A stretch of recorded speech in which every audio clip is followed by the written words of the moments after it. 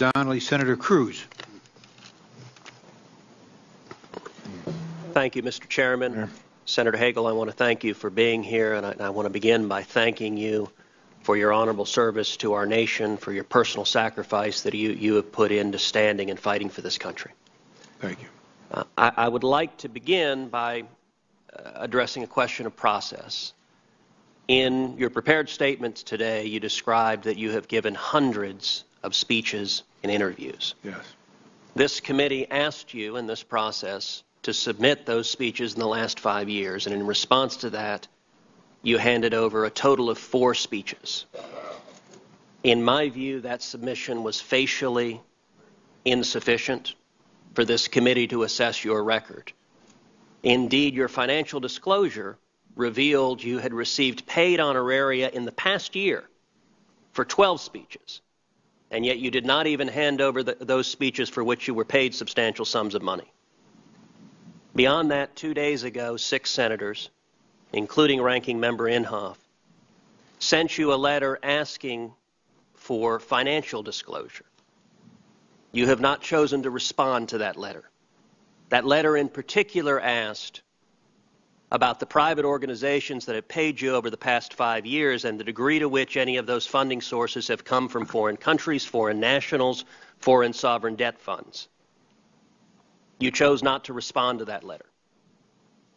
In my view, unless and until you respond to the requests of members of this committee does not have a proper record on which to assess your confirmation, and I think we need of members of this committee does not have a proper record on which to assess your confirmation, and I think we need full disclosure and adequate time to assess that. Now, I'd like to ask initially a point of clarification. With respect to the International Criminal Court, do you believe the United States should become a party to the International Criminal Court? Senator, may I quickly respond to your first comment? I'd like you to answer my question. My time is limited. That question is one that I am most likely not going to be dealing with as Secretary of Defense. It's a simple question. Do you think we should be a member of the International Criminal Court? Yes, sir. I'm asking for your judgment on whether the United States should be a party. I support where the United States is today. So we are not a party today. You think we should not be a party. Is that a correct statement of your position? Yeah. Okay, thank you. I'd like to draw your attention to an interview you did in 2009 with Al Jazeera. And with the chairman's indulgence, if we can play an excerpt of that interview.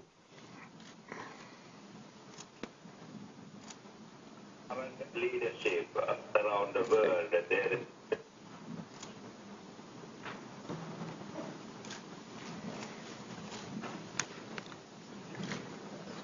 This is Marley from London. Go ahead with your question. Hello, sir. Good evening. It's a very good proposition. But first of all, I believe, very strongly, I believe, the current leadership around the world, there is a moral failure going on. Unless they have a moral capacity to talk and do what they talk. For example, if you look at Palestine, there is a war crime and they are not dealing with it. But in Sudan, they are dealing with it and they are really biased justice. And if you look at Sri Lanka, the Tamils being killed, there is a genocidal war going on in Sri Lanka. Nothing being done. So there is a total moral Marley, what is your question with regards to the issue we're talking about, the reduction of nuclear weapons? My question is that leaders, there is a total moral failure. Unless we bring these leaders to a moral standard, nothing can be done. That's my question. What do you think about it? Okay, thank you. Let me put that to the Senator. Well, I think you're exactly right, and I said in my opening statement that that leadership is critical because we know in life nothing is ever accomplished without leadership. Now, in that excerpt, Senator Hagel, the caller suggests that the nation of Israel has committed war crimes. And your response to that was not to dispute that characterization, but indeed to describe what he said as, quote, well, I think that's exactly right. I'd like to ask you, do you think the nation of Israel has committed war crimes? No, I do not, Senator. I'd want to look at the full context of the interview, but to answer your question, no. I mean, the context of that question, we played the entirety of it, and I wanted to give you that context so you can hear the question and you can hear your response. I would suggest that a suggestion that Israel has committed war crimes is particularly offensive, given that the Jewish people suffered under the most horrific war crimes in the Holocaust. And I would also suggest that for the Secretary of Defense or a prospective Secretary of Defense not to take issue with that claim is highly troubling.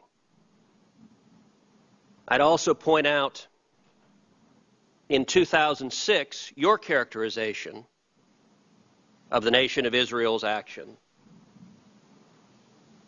and that was in a speech on the floor of the Senate, you referred to Israel's military campaign against the terrorist group Hezbollah as a, quote, sickening slaughter.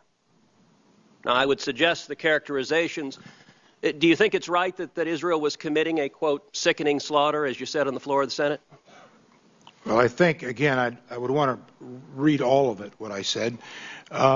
First, I've said many, many times, Senator, every nation has a right to defend itself. And do you think a sickening slaughter would constitute a war crime? No.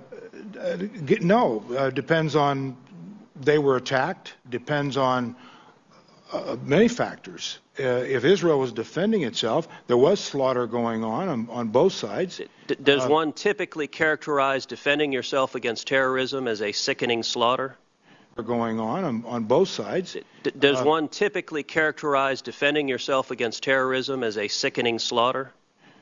No, but again, Senator, I'd want to look at everything because... Okay, well, let's look at another excerpt from the same interview, if we can play the second excerpt. We've got an email from Wendy Day. She writes to us from Georgia here in the United States, and she writes, can the rest of the world be persuaded to give up their arsenal when the image of the United States is that of the world's bully? Don't we indeed need to change the perception and the reality before asking folks to lay down their arms, nuclear or otherwise? Mm-hmm. Well, her observation is a good one, and it's relevant. Yes, to her question.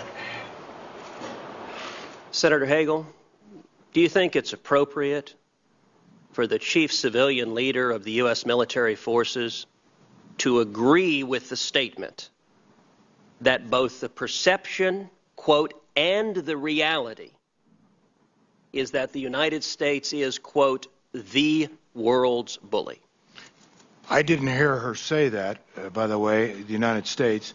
And I think my comment was it's a relevant and good observation. I don't think I said that I agree with it. With respect, I think the record speaks for itself. It was in writing that she said the U.S. is the world's bully, that it is the reality. And your response, you did say you agree with it. You said her observation is a good one, it's relevant. Yes to her question. You explicitly agreed with the characterization of the United States as the world's bully. And I would suggest that is not a characterization. I think the United States has spilled more blood, more treasure, standing for freedom, liberating people across the world, and to go on Al Jazeera, a foreign network, broadcasting propaganda to nations that are hostile to us, and to explicitly agree with the characterization of the United States as the world's bully, I would suggest is not the conduct one would expect of a Secretary of Defense. Senator, she said that was an observation. I will point out that her quote was the perception and the reality. And with that, my time has expired. I look forward to a second round of questioning. Thank you. Now, what we're going to do